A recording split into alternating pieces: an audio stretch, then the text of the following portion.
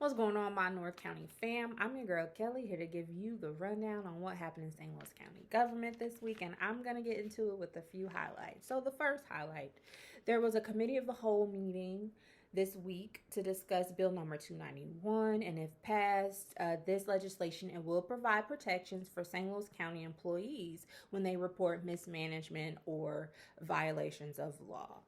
Shanette Hall, she spoke in favor of this legislation. She serves as vice chair of the St. Louis County Human Relations Commission, and she's also a St. Louis County police officer. She serves as the vice president of the Ethical Society of Police for St. Louis County in the St. Louis County chapter, and this group, if you're not aware, they address systemic racism within the police department.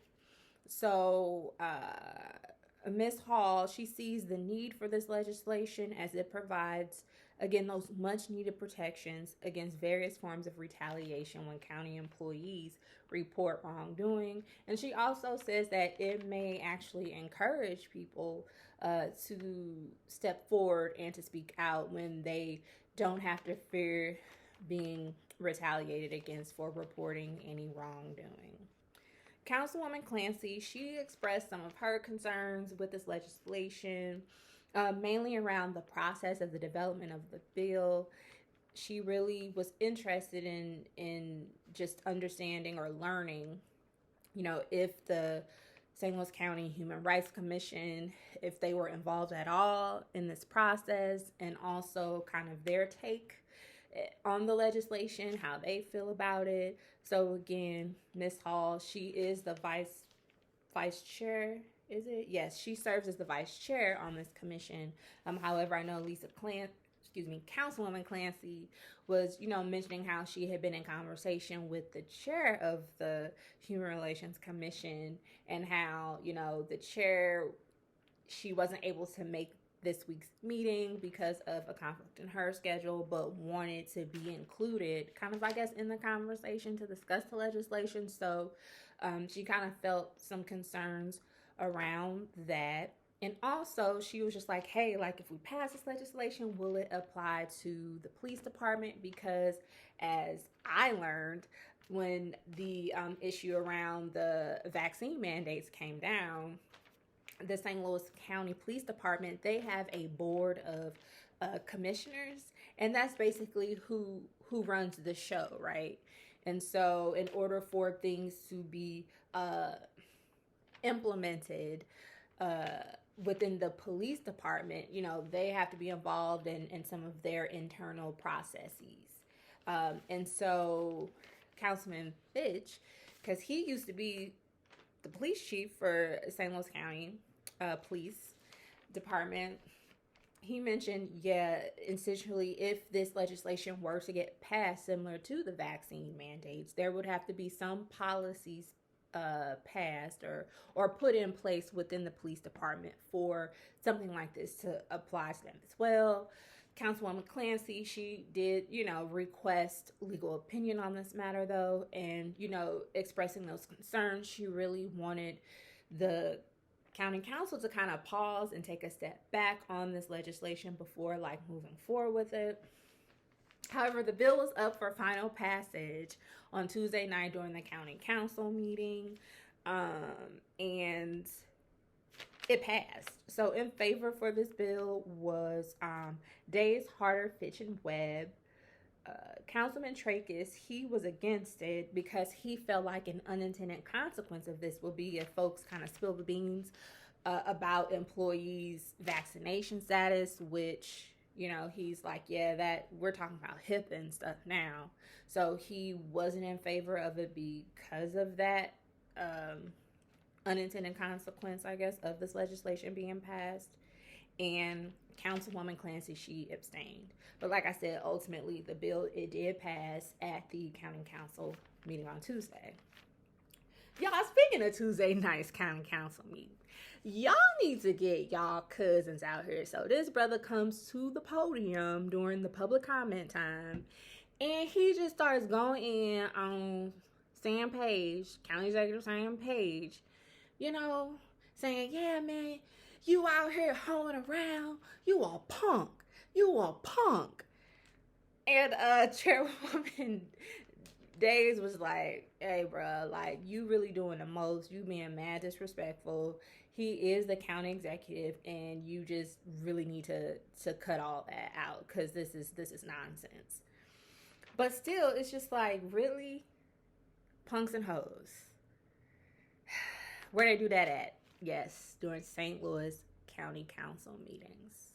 This is real life, y'all. This is real life. Get your cousins. Okay, the next highlight I'm going to mention is the trolley. Yes, the Del Mar Loop Trolley. So, East West Gateway Council of Governments, they held a meeting on Wednesday to determine if federal coin in the form of grant funding would be accepted, around $1.3 million, to help with getting the trolley up and running again, because that joint, it just be breaking down. Well, when it was running, I don't even know how long it did run, because it broke down when it would be running. Sorry, I digress. So anyways, so for folks that aren't aware, East West Gateway, quote, provides a forum where local governments in the bi-state region can coordinate and work together to address and solve problems that cross jurisdictional boundaries. So literally, everybody named Mama pretty much sits on this board or what have you, when it comes to local government. So there's representation from the city of St. Louis. So Mayor Tashara Jones is definitely on that board. There's representation from St. Louis County. So yes, County Executive Sam Page sits on that board. And there's also representation from the east side, the Illinois side, as well as like St. Charles and stuff. So everybody named Mama sits on that board if they're engaged or involved with making a lot of decisions within local governments throughout the area. So before that meeting, because again, like I said, that's on Wednesday. So before that meeting on Tuesday during the county council meeting, Councilman Harder proposed a resolution stating that the St. Louis County Council will not contribute funds of any kind from any source under control of the county to the reestablishment or operation of the Loop Trolley system. The St. Louis County Council, they passed the resolution. That following day, East West Gateway ended up rejecting the proposed $1.3 million federal coin, that would have been issued through a grant. It's interesting to note that County Executive Sam Page and Mayor Tashara Jones, they did support the passage of the proposal under the condition that bi-state handle the operations of the trolley. They issued a joint statement about this, and here's the statement, quote, "We all agree that no more St. Louis County and city funds should go to the Loop Trolley. Today's vote was about accepting federal funds to keep the federal government happy. We hope the St. Louis region is not penalized by the federal government in future transportation funding or other infrastructure projects as a result of this decision." So yeah, y'all, for now, the Loop Trolley is deaded, but I have this feeling that this ain't the last we're going to be talking about the Loop Trolley. The last highlight I wanted to mention to you all, man, this convention center at North County Recreation Facility, drama, saga, it continues. So again, to revisit, currently the convention center is looking to update and upgrade, and you need money to do that.